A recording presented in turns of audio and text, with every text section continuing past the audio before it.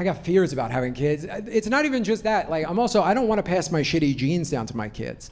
I was born severely dyslexic, and I was born with a form of nerve damage in my hands that caused my hands to shake. It's the reason why every Instagram video I'm in looks like a boomerang. It's also the reason why every conversation I've ever had with the cops is ended with, yeah, I'm still gonna have to look in the trunk.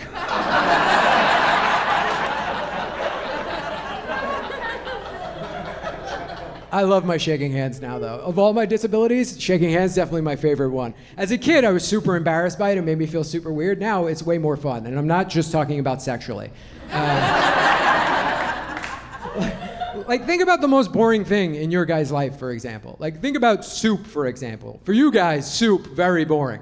For me, soup is like an action movie. The people I'm sitting at the table with are like, I don't know if he's gonna make it!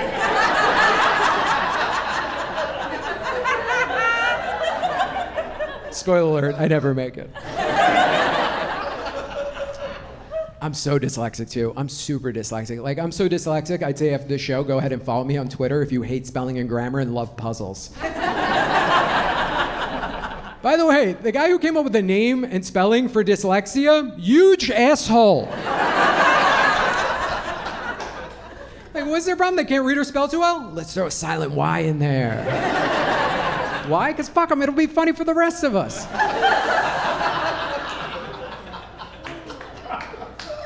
As a dyslexic person, texting is a nightmare. The only thing worse than texting, sexting. Yeah, because this is my job. I travel for a living. I'm normally on the road like 40 weekends out of the year, and it's very hard to keep it spicy with the woman you're dating when she thinks you're constantly trying to slide into her Virginia.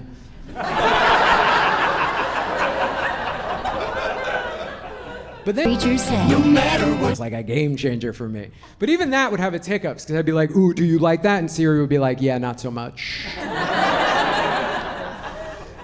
And every time I'm doing my talk to sex, like I said, I'm always in some hotel room, and there's always a connecting door, and I'm always terrified on the other side of that door is some sweet family on vacation. And they hear me doing my talk to sex, and Siri's always fucking up the words, so you gotta keep repeating yourself. So I'm just in there like, panties, panties, panties.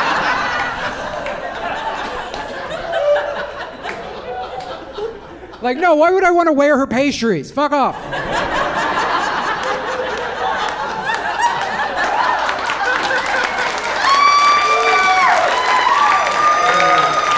We all have our things, you know? I also have cerebral palsy. I normally don't talk about all these topics back to back because then it sounds like I'm trying to start myself a fucking foundation. Like, that's the crazy thing about having all my disabilities too. Like, you couldn't tell by looking at me. Like, if I parked in a handicap spot at a store and you saw me walk into a Target, you'd be like, I'm keying this motherfucker's car.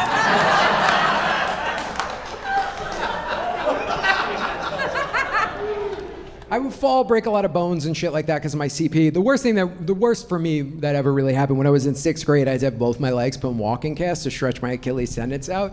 And to cheer me up, my parents said we were gonna take a trip. Now, in your logical 12-year-old kid brain, when you hear trip, where do you think we're going? Exactly, the Hooters on Staten Island. I don't know, you guys all did that at once. That was fucking impressive. And here's the thing, I'm 38 years old. I still wonder to this day sometimes who pitched that idea, my mom or my dad. Because think about that. While I was in that doctor's office having my little fat kid legs taped up to look like giant cannolis,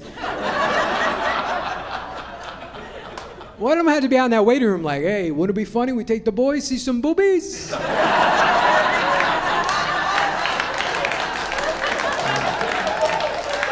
I use that voice because I hope it was my dad.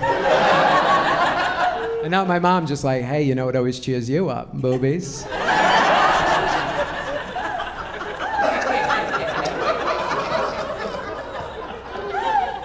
And as soon as we walked through the door of this Hooters, my parents lied to these waitresses and told them it's my birthday. Do you guys know what they do at Hooters when it's your birthday? They make you stand on top of a plastic chair and you air jerk off salt and pepper shakers while they sing you happy birthday. Yeah, like I had to do that shit in front of my mom and dad. And I was 12. It wasn't like I didn't know what this was. It was the year jerking off showed up. And it showed up in a big way. Like, the two biggest things that year in my room were masturbation and Oasis's Wonderwall. Yeah, it was a constant champagne supernova.